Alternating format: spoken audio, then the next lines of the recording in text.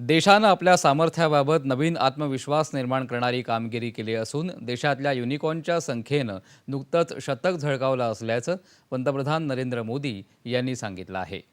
25 लाख कोटी रुपयांपेक्षा जास्त मूल्य असलेल्या युनिकॉर्नची संख्या सातत्यानं वाढणं देशासाठी अभिमानास्पद बाब असून या वाढीचा दर विकसित देशांपेक्षाही जास्त असल्याची माहिती पंतप्रधानांनी दिली. ते आज मन की बात या कार्यक्रमात बोलत होते.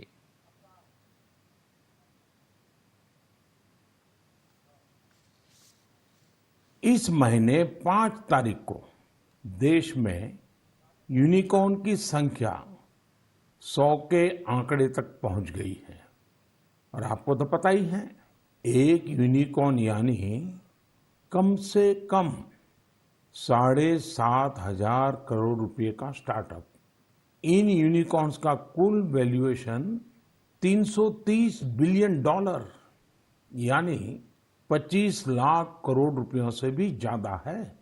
निश्चित रूप से ये बात हर भारतीय के लिए गर्व करने वाली बात है।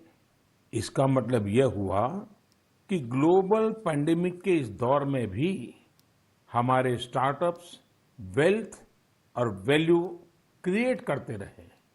इंडियन यूनिकॉर्न्स का average annual growth rate USA, UK और अन्य कई देशों से भी ज्यादा है। पंतप्रधानांनी यावेळी स्टार्टअपचं महत्त्व अधोरेखित केलं. या स्टार्टअपचं जग नव्या भारताचा खरा आशय प्रतिबिंबित करत आहे. स्टार्टअप्स आणि त्यांच्याशी संबंधित प्रणाली केवळ महानगरांपुरत्या मर्यादित नाहीत, तर लहान शहरं आणि विभागांतूनही उद्योजक उदयाला येत असल्याचं त्यांनी सांगितलं. यावरून ज्याच्याकडे नाविन्यपूर्ण संकल्पना आहेत तो संपत्ती निर्माण करू शकतो हे सिद्ध होत असल्याचंही त्यांनी सांगितलं. स्टार्टअपच्या विश्वात योग्य मार्गदर्शन महत्त्वाचं असून एक चांगला मार्गदर्शक स्टार्टअपला यशाच्या नवीन शिखरावर घेऊन जाऊ शकतो, याकडेही त्यांनी लक्ष वेधलं. यावेळेला त्यांनी अशा काही मार्गदर्शकांची उदाहरणंही दिली. देशामध्ये महिला बचत गटांनी अनेक विविध ठिकाणी विविध प्रकारच्या उत्पादनांची निर्मिती आणि विक्री केंद्रे आहेत. त्यामुळे अनेक गरीब कुटुंबांचं जीवनमान बदललं आहे. यामुळे अशा बचत गटांची माहिती घेऊन त्यांच्या उत्पादनांची खरेदी करावी असं आवाहन पंतप्रधानांनी केलं आहे. सेल्फ हेल्प ग्रुप्स, महिला स्वयं सहायता समूह के ये स्टोर तंजावुर में बहुत ही प्राइम लोकेशन पर खुले हैं। इनकी देखरेख की पूरी जिम्मेदारी भी महिलाएं उठा रही हैं। ये महिला self help group Thanjavur doll और ब्रोंज लैंप जैसे जीआई प्रोडक्ट के अलावा खिलौने, मेट और आर्टिफिशियल ज्वेलरी भी बनाते हैं। ऐसे स्टोर की वजह से जीआई प्रोडक्ट्स के साथ साथ हैंडीक्राफ्ट के प्रोडक्ट की बिक्री में भी काफी तेजी देखने को मिली है। इस मुहिम की वजह से न केवल कारीगरों को बढ़ावा मिला है, बल्कि महिलाओं की आमदनी बढ़ने से उनका सशक्तिकरण भी हो रहा है। मेरा मन की बात के श्रोताओं से भी एक आग्रह है, आप अपने क्षेत्रों में ये पता लगाएं कि कौन से महिला सेल्फ हेल्प ग्रुप काम कर रहे हैं। उनके प्रोडक्ट्स के बारे में भी आप जानकारी जुटाएं और ज्यादा से ज्यादा इन उत्पादों को उपयोग में लाएं। ऐसा करके आप सेल्फ हेल्प ग्रुप की आय बढ़ाने में तो मदद करेंगे ही, आत्मनिर्भर भारत अभियान को भी गति देंगे। पंतप्रधानांनी यावेळेला तीर्थक्षेत्रांच्या ठिकाणी नागरिकांनी दैवी अनुभूती घेण्यासाठी आध्यात्मिकतेबरोबरच स्वच्छतेचा संकल्प लक्षात ठेवण्याच्या आवश्यकतेवर भर दिला. तीर्थक्षेत्रांच्या ठिकाणी स्वच्छता आणि सेवा करणाऱ्या परोपकारी व्यक्तींचीही त्यांनी माहिती दिली. हम पवित्र यात्रा में जाएं और वहां गंदगी का ढेर हो, ये ठीक नहीं।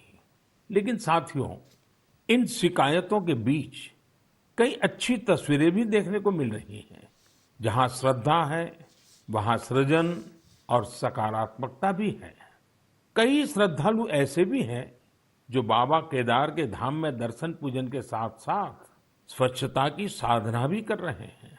कोई अपने ठहरने के स्थान के पास सफाई कर रहा है, तो कोई यात्रा मार्ग से कूड़ा कचरा साफ कर रहा है। स्वच्छ भारत अभियान की टीम के साथ मिलकर कई संस्थाएं और स्वयंसेवी संगठन भी वहां काम कर रहे हैं। पुढल्या महिन्यात 5 जून रोजी असलेल्या जागतिक पर्यावरण दिनी स्वच्छता आणि वृक्ष लागवडीसाठी प्रयत्न करण्याची सूचना त्यांनी केली. त्याचप्रकारे 21 जून रोजी 8वा आंतरराष्ट्रीय योग दिन साजरा करण्यासाठी त्यामध्ये जास्तीत जास्त संख्येनं सहभागी होण्याचं आवाहन त्यांनी नागरिकांना केलं.